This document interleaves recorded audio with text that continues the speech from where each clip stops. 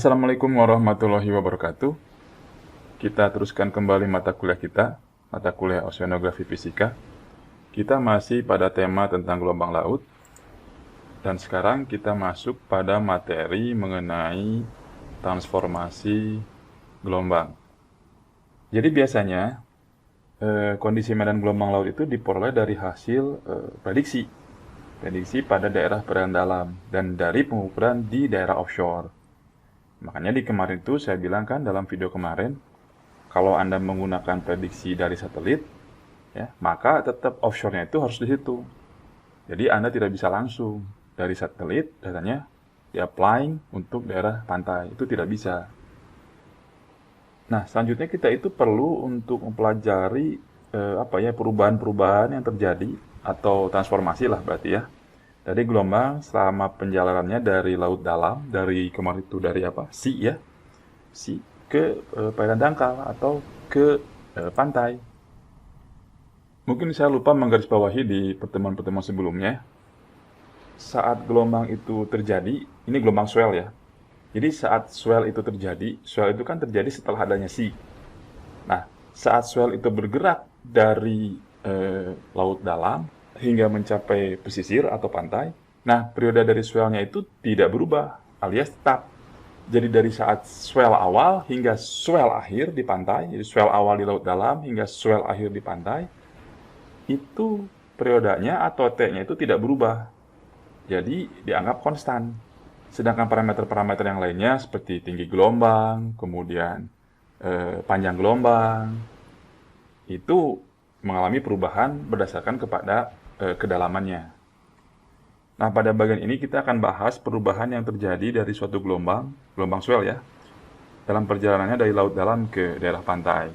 Nah, saat gelombang itu mendekati pantai, dia akan mengalami yang namanya shoaling atau pendangkalan. Dia akan mengalami yang namanya breaking atau istilahnya itu pecah. Selain shoaling dan breaking atau pendangkalan serta gelombang pecah, perubahan gelombang laut itu ada yang disebut dengan refraction, reflection, dan diffraction. Lalu dari diffraction ini atau dari perubahan-perubahan ini nanti akan muncul namanya longsor current. Nanti dari longsor current ada yang namanya rip current. Nah, apa saja sih tiga hal ini, refraction, reflection, serta diffraction ini? Sebelum saya menerangkan lebih jauh lagi, kita saksikan saja video nomor 20 ini. After being created far out at sea, our waves complete their journey by arriving at the coastline. And in this episode, we're going to explore how an arriving swell changes into what we surf at our beaches. Up to this point, we've been describing deep water waves, and that is to say, waves travelling in water depths greater than half a wave's wavelength. At this depth, the energy of the wave doesn't reach down enough to touch the ocean floor, and so the waves travel across the ocean with very little interference. As we mentioned in the previous episode, waves travel as a stack of decreasingly sized cylinders of energy from ocean surface down. As a deep water wave approaches a continental shelf and the ocean depth becomes shallower than half the wave's wavelength, these cylinders begin to rub along the ocean floor, reducing the energy within the wave through friction. To add some context, a 17-second period swell approaching continental Europe will start touching the ocean floor at a depth of around 250 meters, which means waves heading to Cornwall in the UK have to drag along the seabed for 350 kilometers before arriving at the beach. Meanwhile, in southwest France and Portugal, this depth is found only 45 kilometers out to sea, and in the Canary Islands, it's just 3 kilometers offshore. Therefore, the same waves from the same deep water swell would likely produce very different breaking waves on each of those countries' shores. The waves not only lose energy when dragging along the ocean floor, but also speed as the friction slows the waves down. This causes waves to bend inwards towards shallower water, a process known as refraction. Refraction helps to direct or align the waves with the coastline and to potentially reach beaches that aren't directly facing the swell direction. Refraction can either concentrate the power of a wave onto a smaller area of coast or stretch the energy of the wave over a wider area.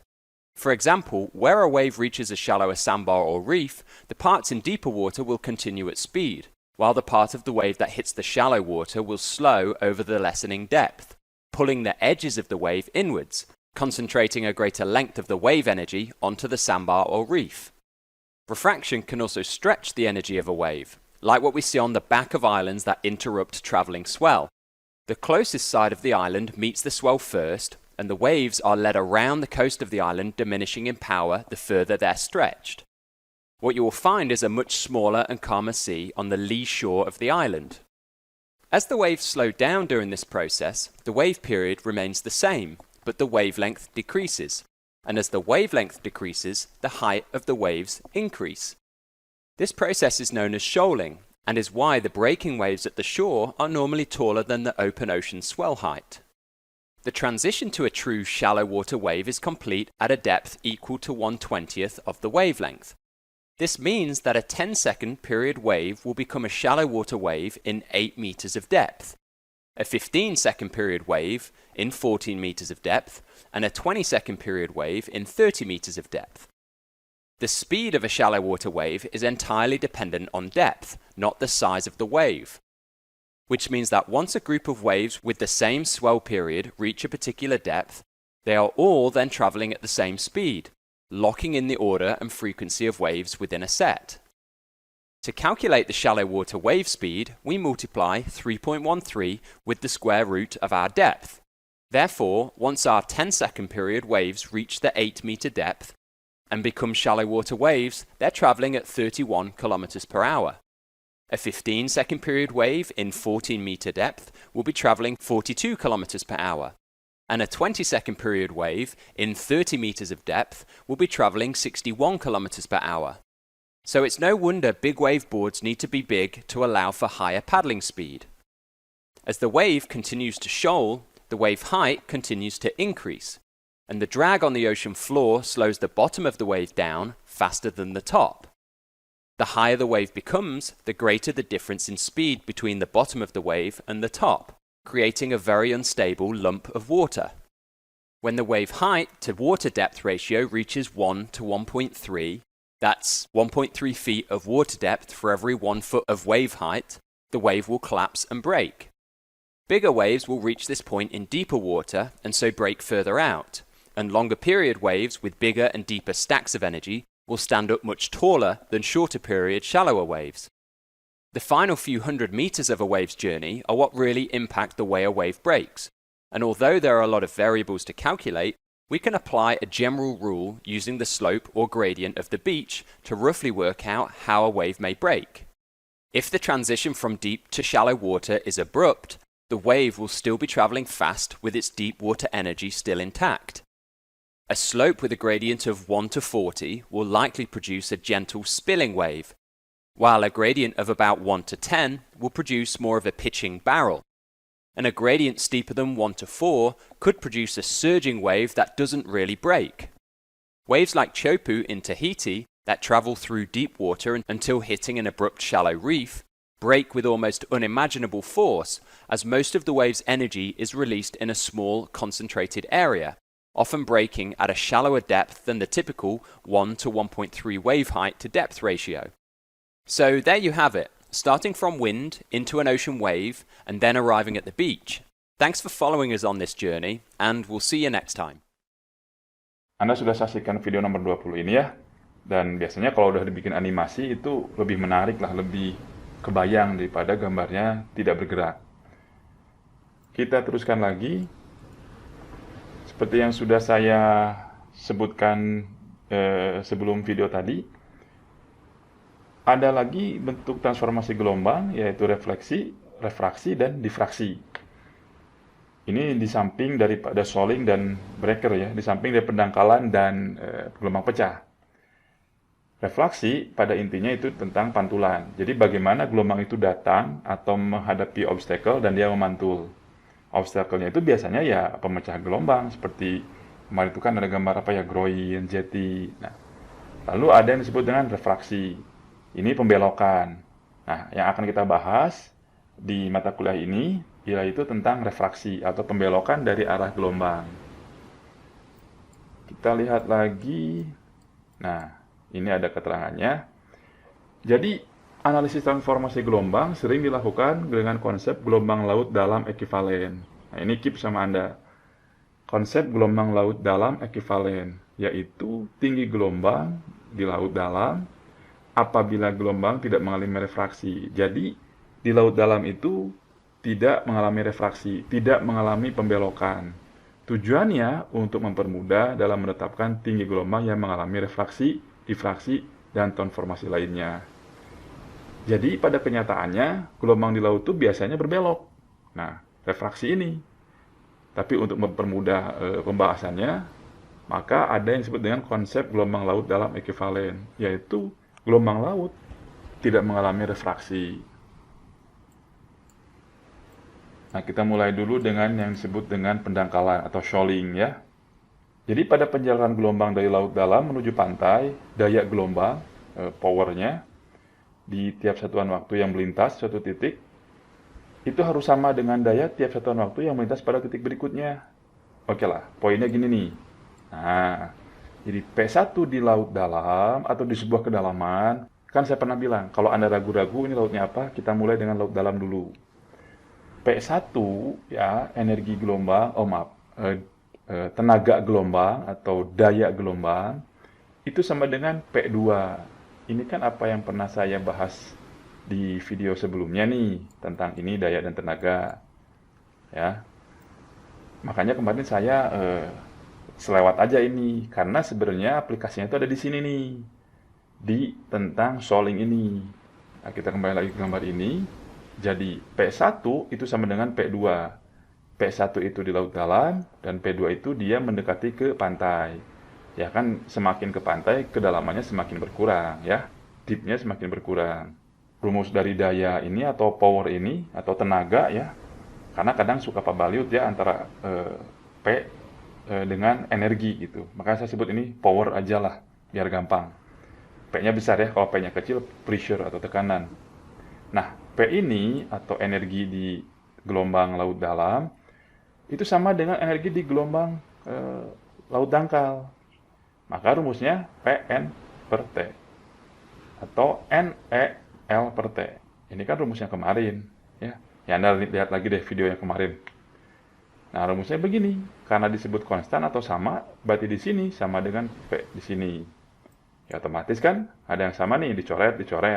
Akhirnya menjadi seperti ini. Ini kan energi, gabungan antara kinetik dengan potensial. Nah, kita lihat lagi ya. Atau lebih gampangnya nih, pakai contoh soal aja.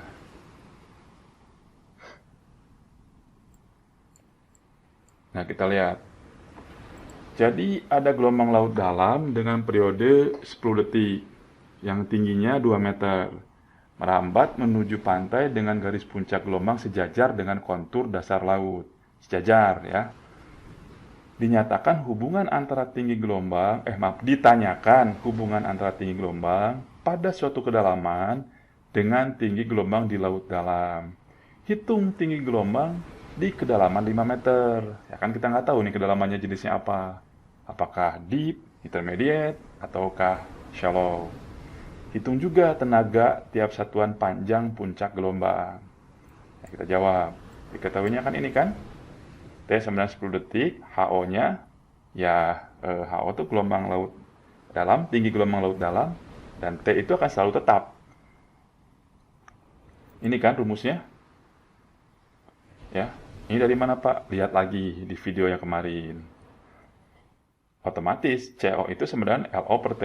Makanya T itu tidak menjadi 0, karena T di laut dalam sama di laut dangkal, ya sama, T itu juga. Ini kan T-nya 10, masukin sini jadi ini ya. Nah, jika dalam perjalanan gelombang tidak mengalami refraksi seperti ini, berarti dia lurus, tidak mengalami refraksi. Maka HO-nya sama dengan H aksen 0. H aksen 0 adalah tinggi gelombang laut dalam ekuivalen, ya, yang tidak mengalami refraksi. Tujuannya sebenarnya untuk mempermudah. Nah, kita lagi ke sini. Kembalikan ke rumus ini. P sama dengan ini, atau P1 sama dengan P2. Ini diturunkan lagi jadi seperti ini. Nah, kita lihat di sini pernyataannya. Nih. Oh, terlalu besar ya. Kita zoom aja. Nah, jadi perbandingan antara P1 dengan P2 itu mengikuti kaidah 0,5 0 energi di P1 dikalikan dengan panjang gelombang di deep sama dengan N dikali E untuk di sini dan L untuk di sini. Anda pasti akan bertanya, kok bisa Pak? Ini kok jadi 0,5? Kalau Anda bertanya seperti itu, berarti Anda ada yang lupa. Tapi karena saya baik hati, saya kasih tahu. Nah, lihat fungsi ini.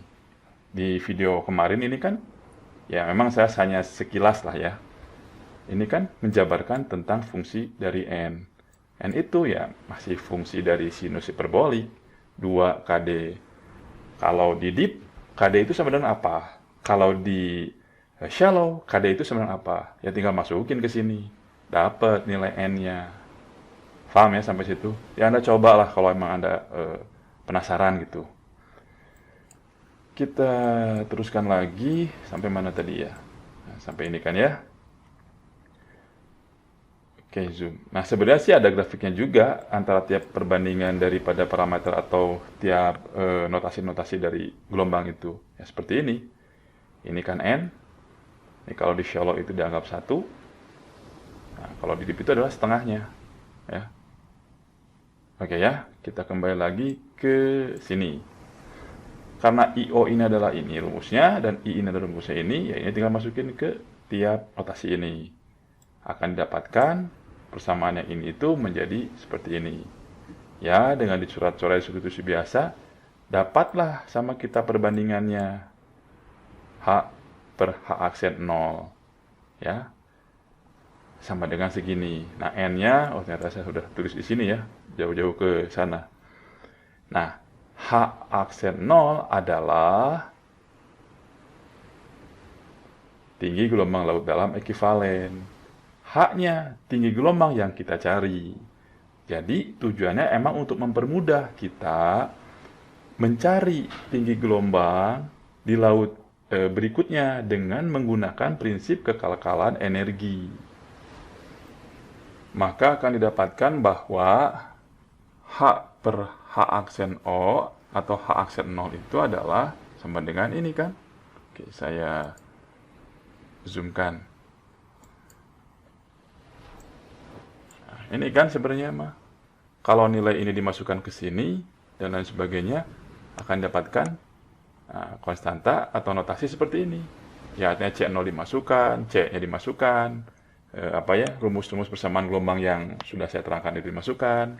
Atau ini nih, yang ini masukin sini lah ya, ini gampangnya ada di sini ternyata. Ini masukkan, maka dia akan menjadi persamaannya ya kurang lebih seperti ini. Atau kurang lebih kalau dikeluarkan akarnya, atau diakarkan maksud saya itu ya. Ya, jadi persamaannya H per H aksen 0 adalah notasi ini. Yang mana notasi di dalam akar ini disebut dengan KS, atau koefisien pendangkalan. Jadi, H per H aksen 0 atau perbandingan tinggi di laut di suatu kedalaman dengan perbandingan tinggi di kedalaman ekivalen itu sama dengan ya notasi ini atau sama dengan KS, yaitu koefisien pendangkalan. Jadi kalau kita mau menerka atau memprediksikan ketinggian suatu gelombang di suatu kedalaman tertentu, kita gunakan H aksen 0 ini, yaitu kedalaman di laut dalam ekivalen, yaitu kedalaman di laut dalam di mana tidak adanya refraksi atau tidak adanya pembelokan. Nah, nilai KS ini juga ditabulasikan ke dalam buku SPM itu. Jadi KS ini adalah ini, H per H aksen 0, ya, atau KS, tulisannya KS atau seperti ini. Kita teruskan lagi ke pertanyaan yang kedua.